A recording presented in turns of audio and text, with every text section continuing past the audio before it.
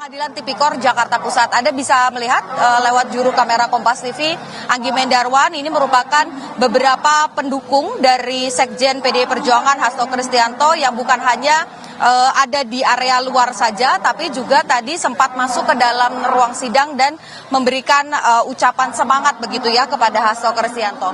Tidak hanya itu, Bremana dan juga saudara, di tataran partai pun ini juga ada beberapa petinggi partai di tingkat DPP yang tadi saya lihat juga hadir di dalam ruang sidang, seperti misalnya ada Adiana Pitupulu, ada Deddy Sitorus, kemudian ada Jarod Saiful Hidayat, ini juga ikut hadir untuk memberikan dukungan. Tadi kita sudah bicara soal proses hukumnya, yang tentu kita perlu ketahui adalah soal politiknya. Karena lagi-lagi sebelum tadi meninggalkan Tipikor begitu, satu hal yang disampaikan oleh Hasto Kristianto adalah lawan karena ini merupakan politisasi hukum begitu. Kita akan berbincang dengan juru bicara PDI Perjuangan, Gus Romli. Selamat siang. Selamat siang. Gus, tadi dari keluar ruang sidang sampai dengan naik ke atas mobil begitu ya, diteriakan kata lawan. Sebetulnya bagaimana partai melihat ini dan apakah ada pesan khusus yang disampaikan oleh Ketua Umum Megawati Soekarno Putri terkait dengan proses persidangan hari ini? Iya, pertama Partai Demokrasi Indonesia Perjuangan dan Ibu Ketua Umum Megawati Soekarno Putri menegaskan bahwa partai memberikan dukungan yang penuh kepada Sekjen PDI Perjuangan Mas Hasto Kristianto untuk menghadapi proses hukum yang pada kali ini adalah proses persidangan. Itu. Dan karena itu ditunjukkan dengan kehadiran beberapa ketua DPP yang tadi sudah hadir di sini. Kemudian juga secara khusus kemarin juga ada pertemuan antara Ibu Ketua Umum dengan anggota DPR RI dari Komisi 3. Tentu saja tidak hanya mencermati kasus hukum yang menimpa pada Sekjen PDI Perjuangan, tapi kasus hukum secara umum ya. Sekarang kan lagi persoalan-persoalan korupsi lagi dibongkar-bongkar. Nah, kalau dibandingkan dengan korupsi yang ada, kasus yang Mas Hasto Kristianto sebenarnya tidak layak untuk ditersangkakan kemudian didakwa. Dan kalau kita mencermati tadi, memang dakwaan jaksa itu adalah daur ulang. Daur ulang dari dakwaan-dakwaan sebelumnya. Bahkan kalau bahasa saya itu hanya copy paste dari dakwaan sebelumnya yang sudah ada pengadilan, sudah ada putusan yang berkekuatan hukum tetap ingkrah, kemudian dimasukkan lagi. Misalnya cerita apa? Contohnya tuduhan jaksa bahwa katanya Sekjen PDI Perjuangan Mas Hasto Kristianto memerintahkan Harun Masiku untuk merendam HP melalui Nur Hasan. Kesaksian Nur Hasan di tahun 2020 sudah menyatakan bahwa bukan Hasto Kristianto yang menyuruh merendam HP, yang menelpon bukan. Tapi ada dua orang yang datang kepadanya dan memaksa dia nelpon Harun Masiku. Bukan Hasto Kristianto. Itu tahun 2020 sudah ada persidangannya, putusannya sudah ada. Artinya apa? Ini terus didaur ulang. Kemudian menuduh misalnya Mas Hasto Kristianto menyuruh Kusnadi merendam HP. Itu kesaksian Kusnadi sudah menyatakan nggak ada perintah merendam HP. HP nggak ada.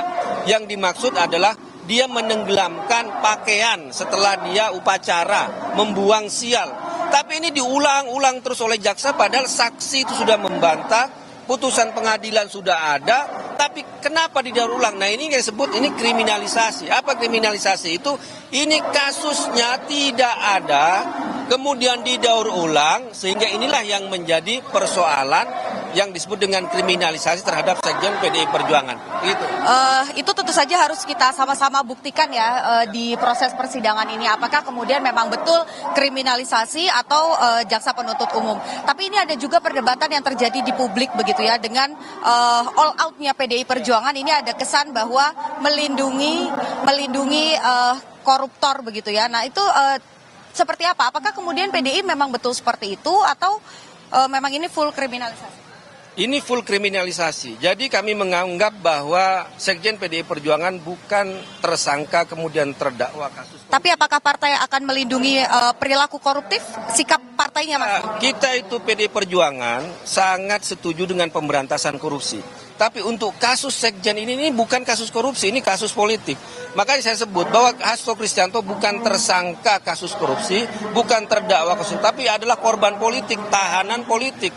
Ini politik kasus kriminalisasi memakai KPK untuk menjerat Sekjen PDI Perjuangan. Kami melihatnya seperti itu. Oke, baik. Terima kasih Gus, kita sama-sama nantikan proses persidangan masih panjang. Tentu saja kalau ada klaim kriminalisasi harus bisa membuktikan di ruang sidang, begitupun juga dengan jaksa penuntut umum nantinya.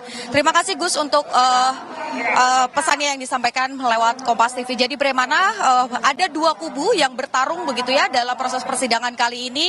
Tadi dakwaan sudah dibacakan, besok giliran kubu Hasto Kristianto yang kemudian menyampaikan keberatan-keberatannya. Tadi tentu saja beberapa hal yang disampaikan oleh partai ini akan menjadi bagian dari eksepsi. Juga tadi sudah disampaikan oleh kuasa hukum bahwa dalam eksepsi poin-poin yang ada di proses pra-peradilan ini juga akan kemudian masuk ke dalam sana dan tentu saja akan dipelajari terlebih dahulu. Tapi sekali lagi Brahmana, dalam proses hukum klaim apapun ini bisa disampaikan, tapi harus ada bukti yang kemudian dihadirkan di ruang sidang, ada saksi yang menguatkan ataupun juga ahli yang memberikan pandangan kepada majelis hakim.